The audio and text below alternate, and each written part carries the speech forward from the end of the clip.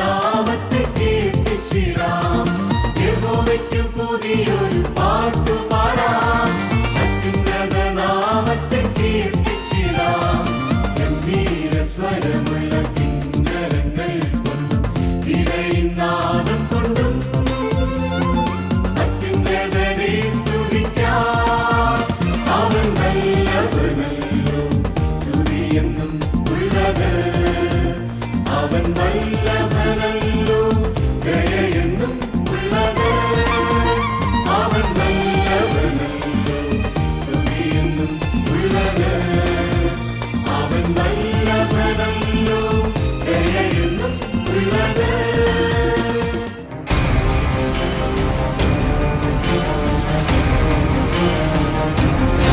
Let us read two passages from the scriptures upon which I shall base my reflections. ഈ സന്ധ്യയിങ്കൽ രണ്ട് വേദഭാഗങ്ങൾ വായിക്കുവാൻ ഞാൻ താല്പര്യപ്പെടുന്നു ഇന്നത്തെ ധ്യാനത്തിന് ആധാരമായിട്ട്. The first is the account of Jesus at a meal in the house of Levi from the Gospel of St. Luke, chapter 5, verses 27 to 32. യേശു കർത്താവ് ലേവിയുടെ ഭവനത്തിൽ പന്തിക്കിരിക്കുന്ന ഭാഗം വിവരിക്കുന്ന വിശുദ്ധ ലൂക്കോസിൻ്റെ സുവിശേഷം 5-ാം അധ്യായത്തിൻ്റെ 27 മുതലുള്ള വാക്യങ്ങൾ. അതിൻ്റെ ശേഷം അവൻ പുറപ്പെട്ടു. ലേവി എന്ന പേരുള്ള ചുങ്കക്കാരൻ ചുങ്കസ്ഥലത്ത് ഇരിക്കുന്നത് കണ്ട് എന്നെ അനുഗമിക്ക എന്ന് അവനോട് പറഞ്ഞു. അവൻ സകലവും വിട്ട് എഴുന്നേറ്റ് അവനെ അനുഗമിച്ചു. ലേവി തൻ്റെ വീട്ടിൽ അവന് ഒരു വലിയ വിരുന്ന് ഒരുക്കി. ചുങ്കക്കാരും മറ്റും വലിയൊരു പുരുഷാരം അവരോടുകൂടെ പന്തിയിലിരുന്നു. പരീശന്മാരും അവരുടെ ശാസ്ത്രിമാരും അവൻ്റെ ശിഷ്യന്മാരോട്, നിങ്ങൾ ചുങ്കക്കാരോടും പാപികളോടും കൂടെ തിന്ന് കുടിക്കുന്നത് എന്ത് എന്ന് പറഞ്ഞ് പിറുപിറുത്തു. യേശു അവരോട്, ദീനക്കാർക്കല്ലാതെ സൗഖ്യമുള്ളവർക്ക് വൈദ്യനെ കൊണ്ട് ആവശ്യമില്ല. ഞാൻ നീതിമാന്മാരെയല്ല പാപികളെ അത്രേ മാനസാന്തരത്തിന് വിളിപ്പാൻ വന്നിരിക്കുന്നത് എന്ന് ഉത്തരം പറഞ്ഞു. And then together with this passage, a second passage that I would like to read is the account that St. Luke gives of the Last Supper. Luke chapter 22, verses 14 to 20. ലൂക്കോസിന്റെ സുവിശേഷം 22-ാം അധ്യായം 14 മുതൽ 20 വരെയുള്ള വാക്യങ്ങൾ. സമയമായപ്പോൾ അവൻ അപ്പോസ്തലന്മാരുമായി ഭക്ഷണത്തിലിരുന്നു. അവൻ അവരോട്, ഞാൻ കഷ്ടം അനുഭവിക്കും മുൻപേ ഈ പെസഹ നിങ്ങളോടുകൂടെ കഴിപ്പാൻ വാഞ്ചയോടെ ആഗ്രഹിച്ചു. അത് ദൈവരാജ്യത്തിൽ നിവൃത്തിയാകുവോളം ഞാൻ ഇനി അത് കഴിക്കയില്ല എന്ന് ഞാൻ നിങ്ങളോട് പറയുന്നു എന്ന് പറഞ്ഞു. പിന്നെ പാനപാത്രമെടുത്ത് വാഴ്ത്തി, ഇത് വാങ്ങി പങ്കിട്ടുകൊള്ളുവിൻ. ദൈവരാജ്യം വരുവോളം ഞാൻ മുന്തിരിവള്ളിയുടെ അനുഭവം ഇന്നു മുതൽ കുടിക്കയില്ല എന്ന് ഞാൻ നിങ്ങളോട് പറയുന്നു. പിന്നെ അപ്പമെടുത്ത് വാഴ്ത്തി നുറുക്കി അവർക്ക് കൊടുത്തു. ഇത് നിങ്ങൾക്ക് വേണ്ടി നൽകുന്ന എൻ്റെ ശരീരം, എൻ്റെ ഓർമ്മയ്ക്കായി ഇത് ചെയ്വിൻ എന്ന് പറഞ്ഞു. ഔവണ്ണം തന്നെ അത്താഴം കഴിഞ്ഞ ശേഷം അവൻ പാനപാത്രവും കൊടുത്തു. ഈ പാനപാത്രം നിങ്ങൾക്ക് വേണ്ടി ചൊരിയുന്ന എൻ്റെ രക്തത്തിലെ പുതിയ നിയമം ആകുന്നു. All of the Gospels have many stories of meals that Jesus eats, both in public and in private. യേശു കർത്താവ് പങ്കുകാരനാകുന്ന അനേക അത്താഴങ്ങളെപ്പറ്റി എല്ലാ സുവിശേഷങ്ങളിലും വിശദമായ പരാമർശങ്ങളുണ്ട്. St. Luke's Gospel in particular has a large number of meal stories. വിശുദ്ധ ലൂക്കോസിന്റെ സുവിശേഷത്തിൽ പ്രത്യേകിച്ചും വളരെയധികം അത്താഴത്തിന്റെ അനുഭവങ്ങളെപ്പറ്റി അതിൽ വിശദീകരിച്ചിരിക്കുന്നു. There are also many sayings and parables that have a reference to food or eating or meals. അതോടൊപ്പം തന്നെ അത്താഴത്തെ സൂചിപ്പിക്കുന്ന പല ഉപമകളും അതോടൊപ്പം ചില പദപ്രയോഗങ്ങളും പ്രത്യേകമായി ഈ സുവിശേഷത്തിൽ നമുക്ക് കാണാവുന്നത് തന്നെയാണ്. Why does St. Luke in his Gospel have Jesus at so many meals?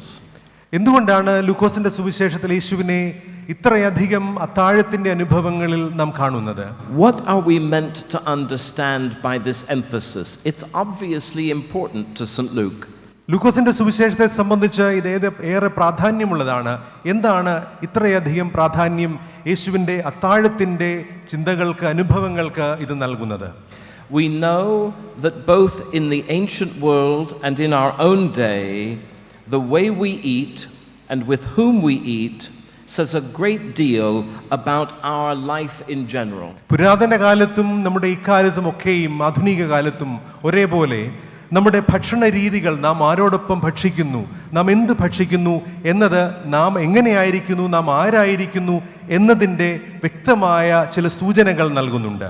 Meals say a great deal about the way in which people are in relationship to each other, especially across social and religious divisions. സാമൂഹികവും മതപരവുമായ വിഭജനങ്ങൾക്ക് അതീതമായി അതിലൂടെയൊക്കെ എങ്ങനെയാണ് മനുഷ്യർ പരസ്പരം ബന്ധപ്പെട്ടിരിക്കുന്നത്, അവരുടെ സമ്പർക്കത്തിൻ്റെ രീതികൾ എന്തൊക്കെയാണ് എന്ന് ഈ അത്താഴങ്ങളിൽ കൂടെ, അത്താഴ രീതികളിൽ കൂടെ നമുക്ക് മനസ്സിലാക്കുവാൻ സാധിക്കും.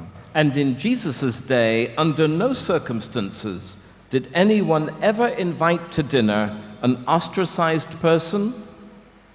യേശുവിൻ്റെ കാലത്ത് ഒരിക്കൽ പോലും ഭ്രഷ്ട് കൽപ്പിക്കപ്പെട്ട ഒരു വ്യക്തിയെ ആരും അവരോടൊപ്പം അത്താഴം കഴിക്കുവാൻ ക്ഷണിച്ചിരുന്നില്ല. A sinner, ഒരു പാപിയുമായി ഒരുമിച്ച് അത്താഴം കഴിക്കുവാൻ ആരും താല്പര്യപ്പെട്ടിരുന്നില്ല. someone engaged in a detested occupation, നിന്ദ്യമായ ഏതെങ്കിലും തൊഴിലിൽ ഏർപ്പെട്ടിരിക്കുന്ന വ്യക്തികളുമായി ഒരുമിച്ച് ഭക്ഷണം പങ്കുവയ്ക്കുവാൻ ആരും താല്പര്യപ്പെടുമായിരുന്നില്ല. or anyone against whom there was some prejudice about eating with that person. ഏതെങ്കിലും തരത്തിൽ മറ്റൊരാളുമായി ഒരു മുൻവിധിയുള്ള പക്ഷം അവരോട് ചേർന്ന് അത്താഴം കഴിക്കുവാൻ ഒരിക്കലും ആരും ആഗ്രഹിച്ചിരുന്നില്ല, അതിന് സാധിക്കുകയുമില്ലായിരുന്നു. At each meal in the Gospel of St. Luke, Jesus challenges all these assumptions. എന്നാൽ വിശുദ്ധ ലൂക്കോസിന്റെ സുവിശേഷത്തിലെ ഓരോ അത്താഴ അനുഭവത്തിലും യേശുക്രിസ്തു ഇങ്ങനെയുള്ള സാമൂഹികമായ എല്ലാ മുൻവിധികളെയും അതിനെ എതിർക്കുകയും അതിനെ വെല്ലുവിളിക്കുകയും ചെയ്യുന്നത് നാം കാണുന്നുണ്ട്. He challenges especially the assumption of who is in and who is out. ആരാണ് നമ്മോടൊപ്പമുള്ളത്, അകത്തുള്ളത്, ആരാണ് പുറത്തു നിൽക്കേണ്ടത് എന്നുള്ള പ്രബലമായ ധാരണകളെ, സാമൂഹിക ധാരണയൊക്കെയും നിശ്ചിതമായി എതിർക്കുന്ന ഒരു കർത്താവിനെയാണ് ലൂക്കോസിന്റെ സുവിശേഷത്തിൽ നാം പ്രത്യേകിച്ച് അത്താഴ സമയങ്ങളിൽ കാണുന്നത്. He challenges the assumptions of who is worthy and who is unworthy. ആരാണ് അർഹതയുള്ള വ്യക്തി, ആരാണ് അർഹതയില്ലാത്തവൻ എന്നുള്ള തരത്തിലുള്ള സാമൂഹിക ചിന്താഗതികളെ, തത്വങ്ങളെയൊക്കെയും കർത്താവ് വ്യക്തമായി എതിർക്കുന്നുണ്ട്. He challenges the assumption of who is part of God's kingdom and who is not.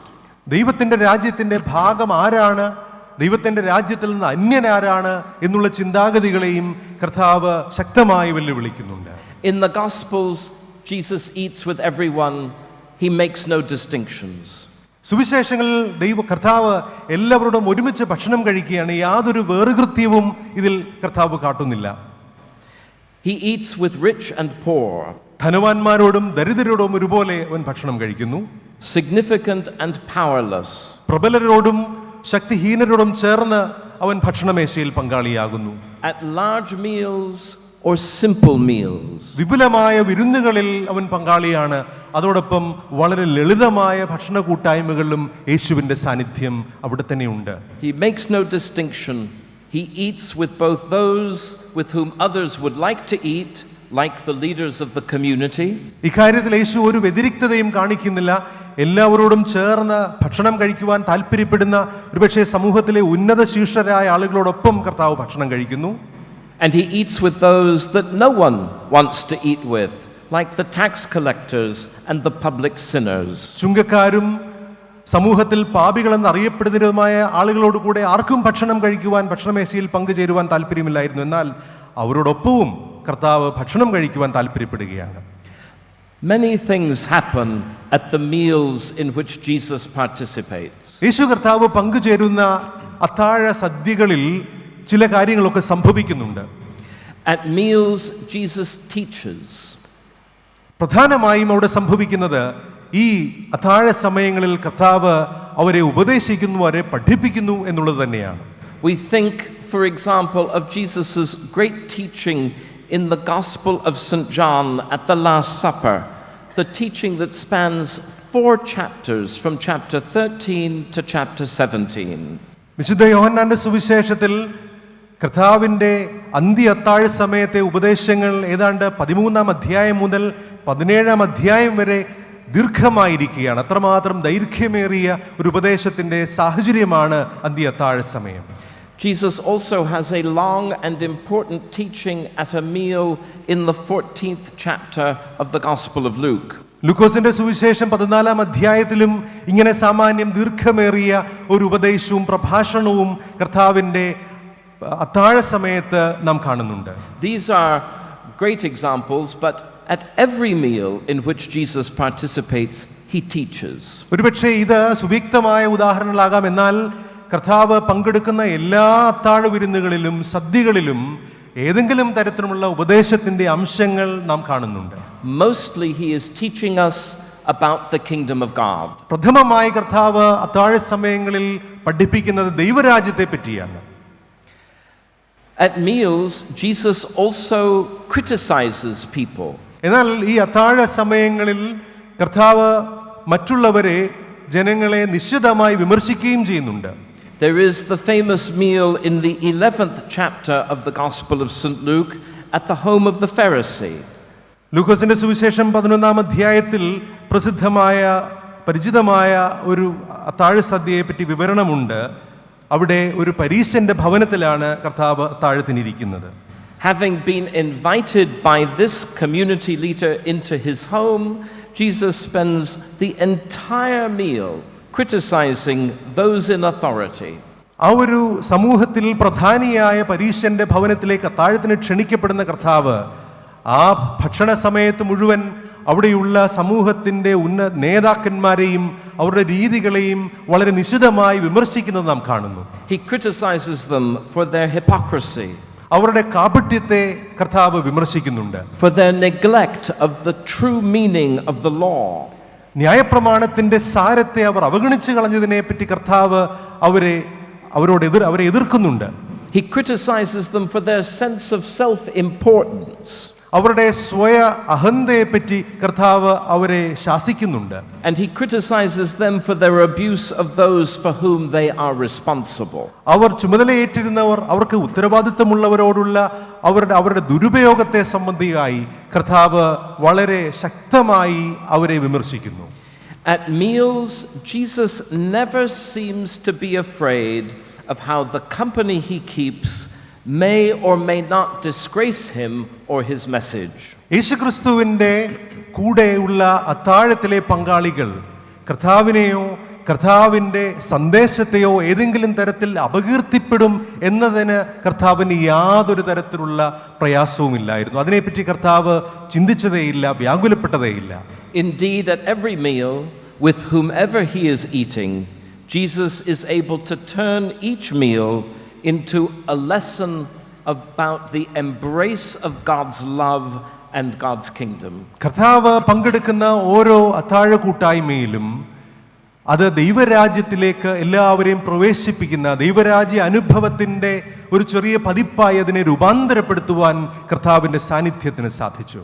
When we consider all these things, it is not surprising that Jesus' meals get him into trouble. ഈ ഒരു കാര്യങ്ങളെല്ലാം നാം പരിഗണിക്കുമ്പോൾ സ്വാഭാവികമായും കർത്താവ് പങ്കുചേരുന്ന അത്താഴ സദ്യകളൊക്കെ അത് പ്രശ്നത്തിലേക്ക് നയിക്കപ്പെടുന്നു എന്നതും സ്വാഭാവികമാണ്. Whether Jesus is the host or the guest or the teller of a story about a meal, Jesus is at the heart of the event, taking an active role. കർത്താവ് അതിഥിയാണെങ്കിലും ആതിഥേയനാണെങ്കിലും ഒരുപക്ഷെ കഥയുടെ ആഖ്യാതാവാണെങ്കിലും അവിടെയെല്ലാം ആ ഒരു അത്താഴ വിരുന്നിലെ പ്രധാന സ്ഥാനം, ഏറ്റവും സജീവമായ നേതൃത്വം കർത്താവ് തന്നെ ഏറ്റെടുക്കുകയാണ്.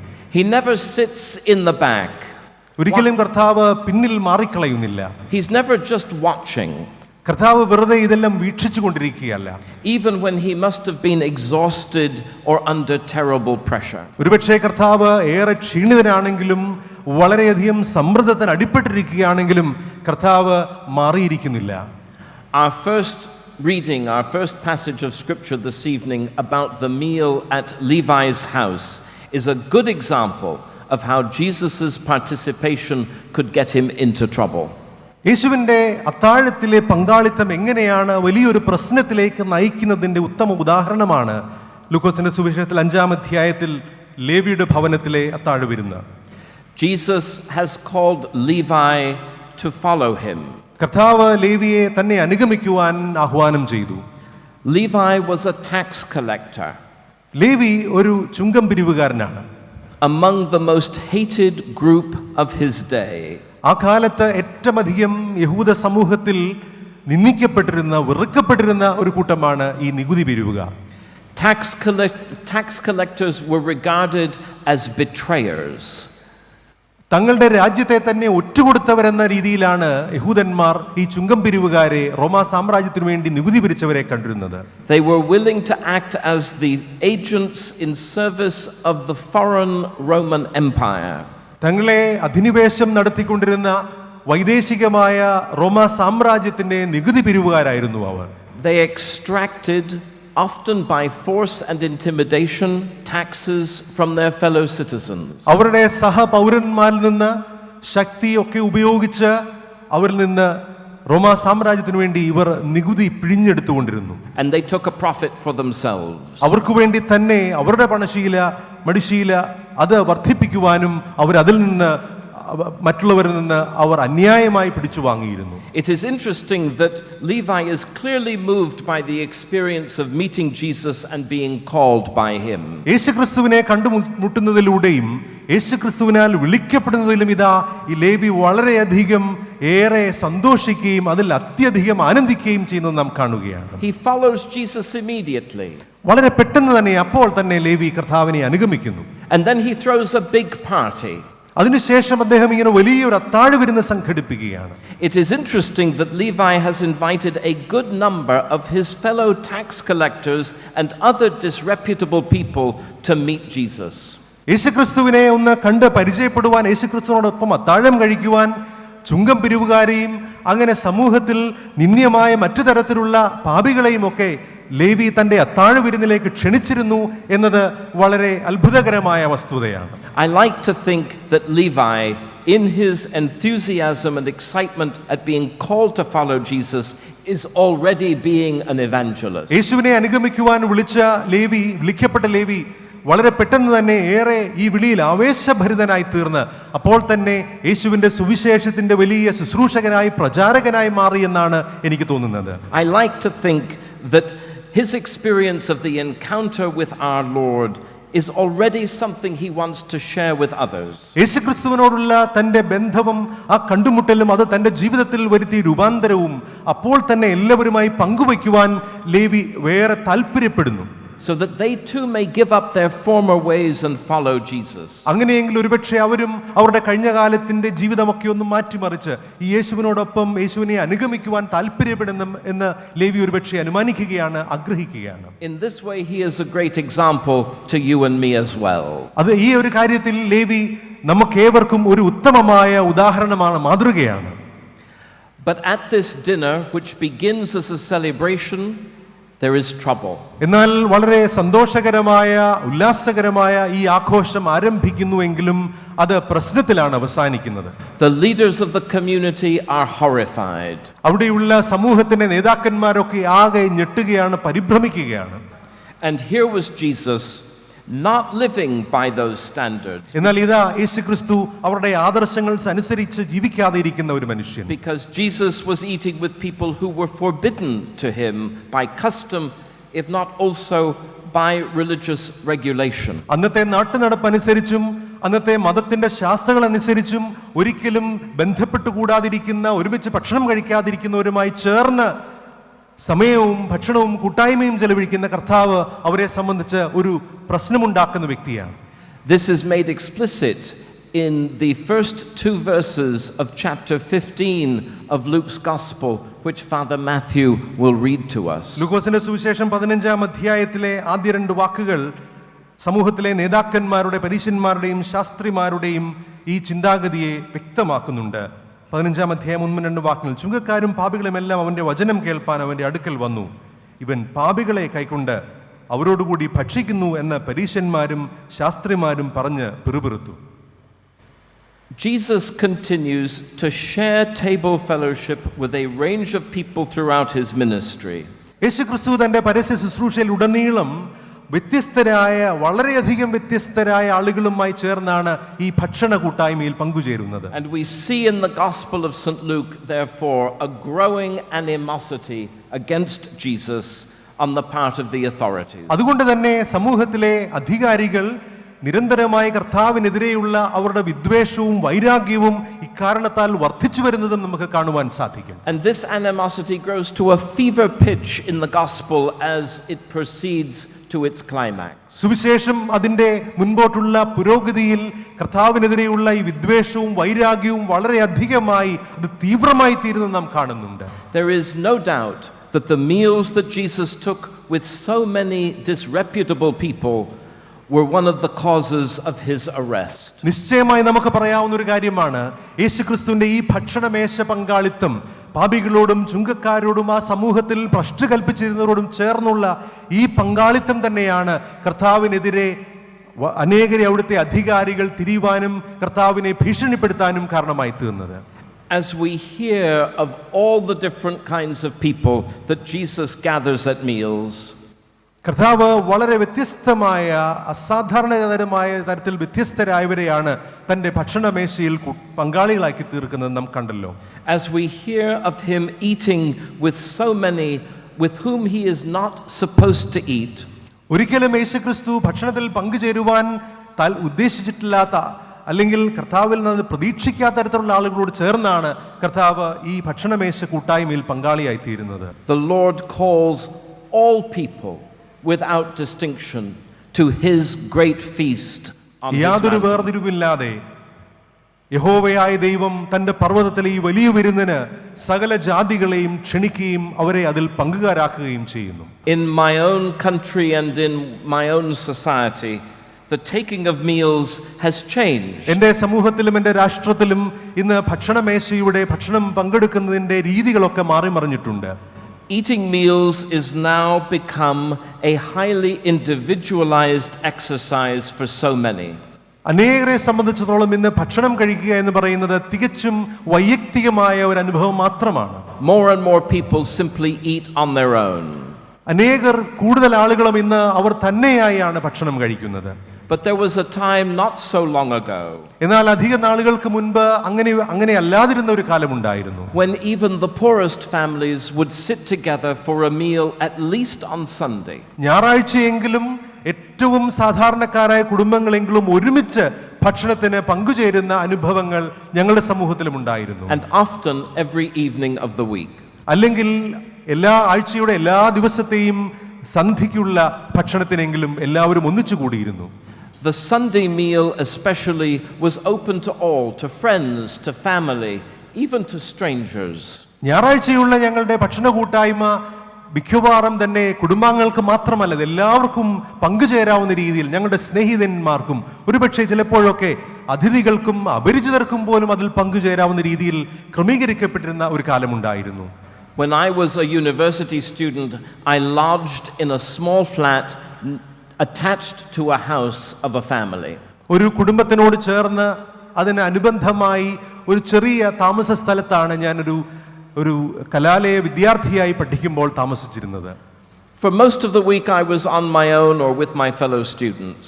പലപ്പോഴും ഞാൻ ഭക്ഷണം കഴിച്ചിരുന്നത് ഞാൻ തന്നെയോ അല്ലെങ്കിൽ എൻ്റെ കൂട്ടുകാരോടൊപ്പമായിരുന്നു. But on Sunday I was always invited to the family Sunday dinner. എന്നാൽ ഞാൻ താമസിച്ച തൊട്ടടുത്ത കുടുംബം എല്ലാ ഞായറാഴ്ചയും ആ അത്താഴത്തിന് എന്നെ ക്ഷണിക്കുമായിരുന്നു. And it was both a gracious gesture and a real act of kindness. എന്നെ സംബന്ധിച്ച് അത് അവരുടെ വലിയ ദയാവായ്പിന്റെ ഒരു അനുഭവമായി ഞാൻ കാണുകയും മനസ്സിലാക്കുകയും ചെയ്തു. It made me a member of the family. ആ ഒരു കുടുംബത്തിന്റെ അംഗമെന്ന നിലയിൽ എനിക്കൊരു പരിഗണന ആ ഒരു ഭക്ഷണമേശയിലൂടെ ലഭിക്കുകയുണ്ടായി. Like all students, I was always hungry. എപ്പോഴും എല്ലാ വിദ്യാർത്ഥികളെയും പോലെയും മിക്കവാറും ഞാൻ അല്പം എനിക്ക് ഭക്ഷണം കഴിക്കാതെ ഞാൻ പട്ടിണിക്കൊക്കെ ഇരിക്കേണ്ടി വന്നിട്ടുണ്ട്. And this was always the best meal of the week. എന്നാൽ എൻ്റെ വിശപ്പിന്റെ മധ്യത്തിൽ അവർ ഞായറാഴ്ച നൽകിയിരുന്ന അവരോടൊപ്പമുള്ള ഈ അത്താഴം എന്നെ സംബന്ധിച്ച് ഏറ്റവും മനോഹരമായ സംതൃപ്തിയുള്ള ഒരു ആഹാരത്തിന്റെ സമയം തന്നെയായിരുന്നു. Not just because the food was always good, അത് ആ ഭക്ഷണം നല്ലതായിരുന്നു എന്നുള്ളത് മാത്രമല്ല, but because I was made the member of a family. എന്നാൽ ആ കുടുംബത്തിന്റെ അംഗമെന്ന നിലയിൽ എന്നെ പരിഗണിക്കുകയും എന്നെ ഉൾക്കൊള്ളുകയും ചെയ്തതുകൊണ്ടാണ് ആ ഭക്ഷണമേശയുടെ അനുഭവം എന്നെ അത്രമാത്രം സ്പർശിക്കുകയുണ്ടായത്. For Jesus in the Gospels, meals had an importance that many in my society have now lost. ഇന്ന് എൻ്റെ സമൂഹത്തിൽ നഷ്ടമായിരിക്കുന്ന ഈ ഭക്ഷണമേശയുടെ വലിയ പ്രാധാന്യവും അതിൻ്റെ പ്രത്യേകമായ അനുഭവവും യേശുവിൻ്റെ എല്ലാ ഭക്ഷണ കൂട്ടായ്മയിലും അത് ധാരാളമായി എല്ലാവർക്കും ലഭിച്ചിരുന്നു. So one lesson I have learned is this. ഞാൻ പഠിച്ച ഒരു സാധന പാഠം ഇതാണ്. One way of following Jesus is to watch more closely how we eat. നാം എങ്ങനെയാണ് ഭക്ഷണം കഴിക്കുന്നത് എന്ന് ഒന്ന് വ്യക്തമായി പരിശോധിക്കുകയും അതിനെ മനസ്സിലാക്കുകയും ചെയ്യുന്നത് തന്നെ യേശുവിനെ പിൻഗമിക്കുന്നതിൻ്റെ ഒരു അടയാളമാണ്. And to follow Jesus is also to watch more closely with whom we eat. നാം ആരോടൊപ്പമാണ് ഭക്ഷണം കഴിക്കുന്നത് എന്ന് വ്യക്തമായി ഒന്ന് ശ്രദ്ധിക്കുകയും പരിശോധിക്കുകയും ചെയ്യുന്നത് യേശുവിനെ അനുഗമിക്കുന്നതിൽ നിശ്ചയമായും നമ്മെ ശക്തീകരിക്കും. Jesus ate with an extraordinary range of people. യേശുക്രിസ്തു ഭക്ഷണം കഴിച്ചത് അസാധാരണമായ തരത്തിൽ വ്യത്യസ്തതയുള്ളവരുമായി ചേർന്നാണ്. And why? എന്തുകൊണ്ടാണിത്? Because these were those whom he was sent by his Father to gather. എന്തുകൊണ്ടെന്നാൽ ഇങ്ങനെയുള്ളവരെ അന്വേഷിച്ചും അവരെ തേടിയുമാണ് പിതാവായ ദൈവം യേശുവിനെ ഈ ലോകത്തിലേക്ക് അയച്ചത്. മാരാമൺ കൺവെൻഷൻ ഏഷ്യയിലെ ഏറ്റവും വലിയ ക്രൈസ്തവ കൺവെൻഷൻ എന്നതിലുപരി സാമൂഹിക തിന്മകൾക്കെതിരെയുള്ള ഏറ്റവും വലിയ ആഹ്വാനം പൊതുസമൂഹത്തിന് പകർന്നു കൊടുക്കുന്ന കൺവെൻഷൻ ഇന്ന് ക്രൈസ്തവ സമൂഹത്തിൻ്റെ മാത്രമല്ല സർവ്വജാതി മനസ്സരുടെയും സമാധാനത്തിൻ്റെ സംഗമദിനമായി മാരാമൺ മാറിയിരിക്കുകയാണ്. ഈ വർഷവും വലിയ ഒരു ജനക്കൂട്ടം ഈ കൺവെൻഷനിലെത്തുന്നത് യേശുക്രിസ്തുവിനെ രക്ഷകനായി സ്വീകരിച്ച് ലോകരക്ഷകനായ യേശുവിൻ്റെ പാത പിന്തുടരുന്നതിന് വേണ്ടിയുള്ള വലിയ ജനങ്ങളുടെ ഒരു ആവേശമാണ് ഈ കൺവെൻഷനിൽ കാണുന്നത്. ഈ കൺവെൻഷൻ വരും നാളുകളിലും കേരളത്തിലേതും ഭാരതത്തിലെയും ക്രൈസ്തവ വിശ്വാസികളുടെ പ്രതീക്ഷയുടെ സംഗമദിനമായി തീരട്ടെ എന്ന് ഞങ്ങൾ ആശംസിക്കുന്നു.